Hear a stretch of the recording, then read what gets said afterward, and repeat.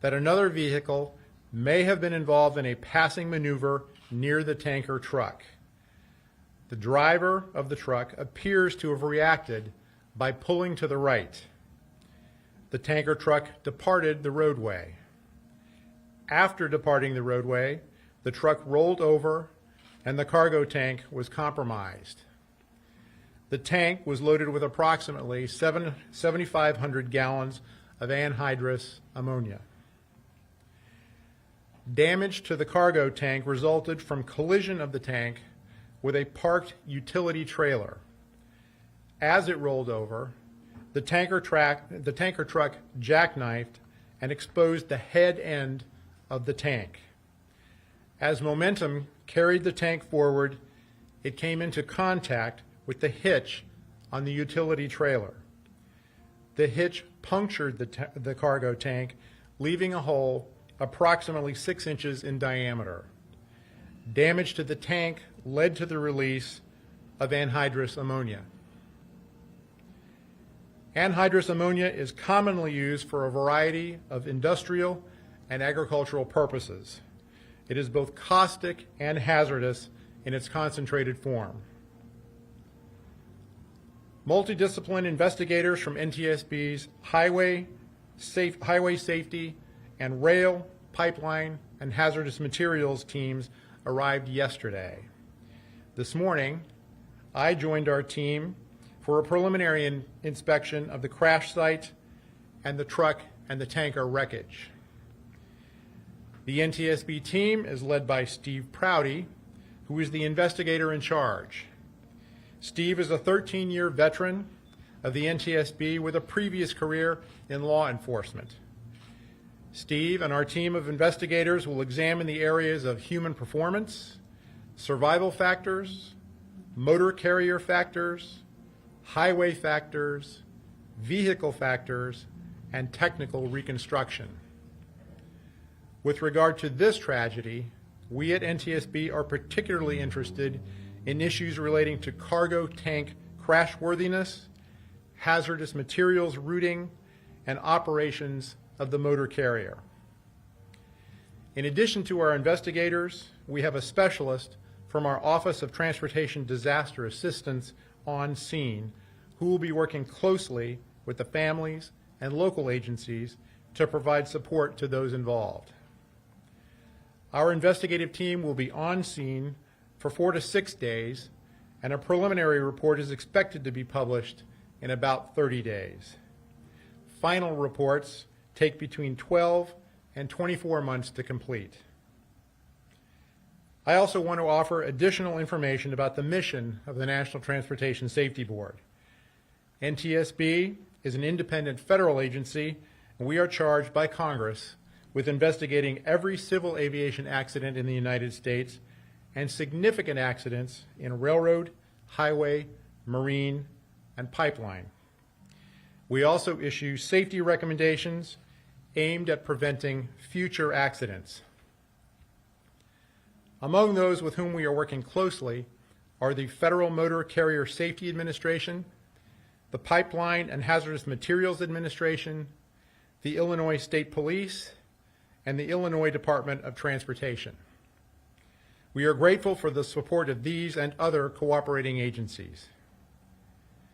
We encourage witnesses or those with information relevant to the investigation, including any video footage, to contact the NTSB by email at witness@ntsb.gov. Let me repeat that email address. It's witness@ntsb.gov. Our investigators will work to thoroughly document relevant evidence and gather additional factual information. Our mission is to understand not just what happened, but why it happened, and to recommend changes to prevent it from happening again. We will not be determining the probable cause of the crash while we were on scene, nor will we speculate about the cause. These are the first steps in a lengthy investigative process. Once again, we extend our condolences to the families. We thank the first responders. And with that, I'm happy to take your questions.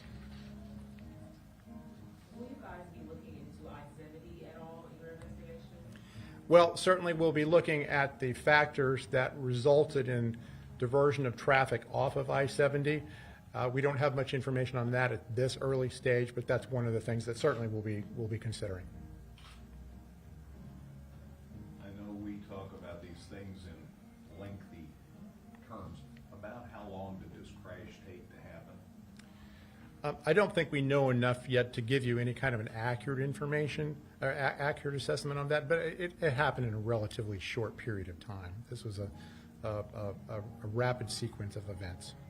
I don't know whether you're going to be giving us that information that you shared verbally, but can I double check on a couple of things? Sure. To make sure I Sure. got it correct? Sure. He was westbound or eastbound? Westbound. Chicks, okay.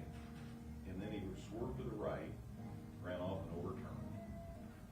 And there was another trailer parked there? There was a smaller utility trailer parked off the side of the road, parked legally, by the way, parked off the side of the road. And the circumstances were such that when the tractor trailer jackknifed, it exposed the head end of the tanker. The tanker came in direct contact with the hitch on the utility trailer. That punctured the tanker, and the tanker then released the ammonia. I know last night, yesterday afternoon sometime, the amount that was believed to have been released was 4,000 gallons. These are, at this point, approximations. We'll likely be able to determine with much more accuracy as part of the investigation. But at this point, what we know was that the tank was carrying approximately 7,500 gallons, and approximately half of that was released. Other questions? She mentioned the wrecks on I-70, and there's been multiple of them kind of in the same area. Is that something that you guys will look into to investigate and make recommendations how, construction zones can be improved, things that can be improved in what they're doing as a state? We have a lot of wrecks on 70, not only here in this area within the last couple weeks, but we also have a lot in the Terre Haute market, which is where we're from, on I-70 in Indiana as well. It just seems to be a lot of wrecks in these construction zone areas here recently. Our focus for this investigation is on this crash specifically. To the extent the events on I-70 leading up to the crash had an impact, we will certainly examine that. We're not doing a broad investigation with respect to the whatever other history there may be on I-70. You probably know, or you may know, we are also in the midst of an investigation of a very tragic bus crash that occurred at a rest area about 50 miles from here, right off I-70. That was in July. Are there any federal regulations surrounding the kinds or sizes of roads that trucks that carry those type of materials can drive on? But one of the things that we are looking at in the context of this investigation is hazmat routing. I don't know the specifics of what the regulations might be, but we will be examining that, and we'll be looking to see the extent to which that may have been a factor in this crash. Again, too early for us to say one way or another. Have there been any accidents involving this type of ammonia at this extent before? There have been accidents. Often they are of a smaller scale. I'm told by our hazardous materials folks that what typically happens is that these larger quantities are offloaded into smaller, what are called nurse tanks, used for agricultural purposes. The accidents typically involve nurse tanks, not these large transport tankers. Next question? Do we know whether,